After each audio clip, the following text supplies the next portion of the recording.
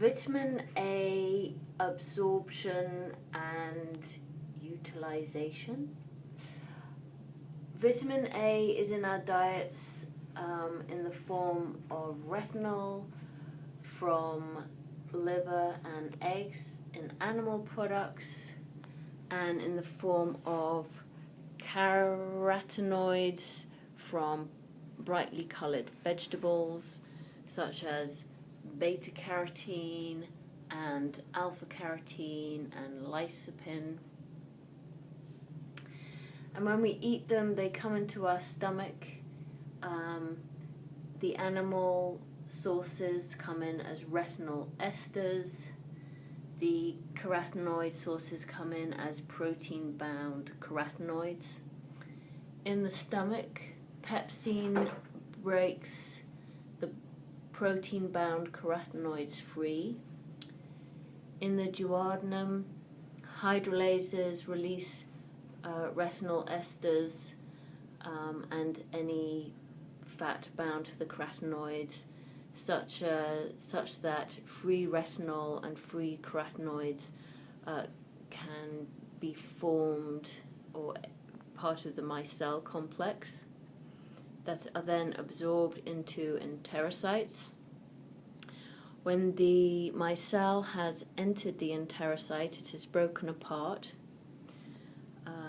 Beta carotene may go on to become retinoic acid, which then passively leaves the enterocyte and enters the blood, is bound with albumin and goes off to the liver.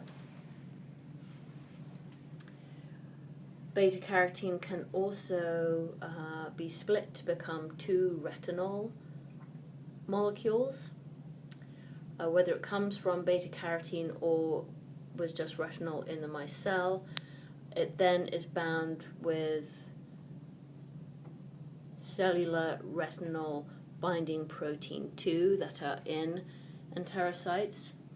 It is acted on by retinol reductase using NADH and H+ to become retinol bound cellular retinol binding protein 2. There, LRAT, which is lecithin retinol acyl transferase, combines the retinol CRB2 complex with fatty acids to become CRP2 retinol palmitate.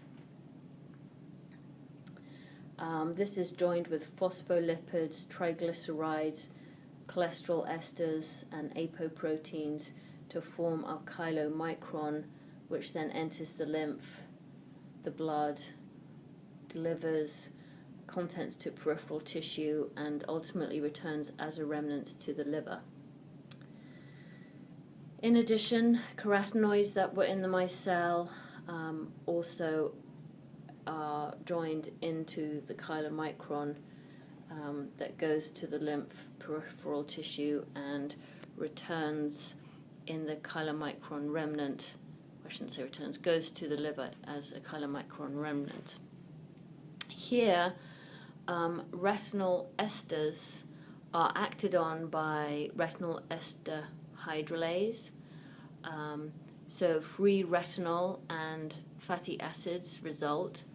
The retinol is then bound with an apocellular retinoid binding protein, and ARAT acts upon it to form CRBP retinol, which then becomes retinol ester and is then stored in the stellate cells of the liver.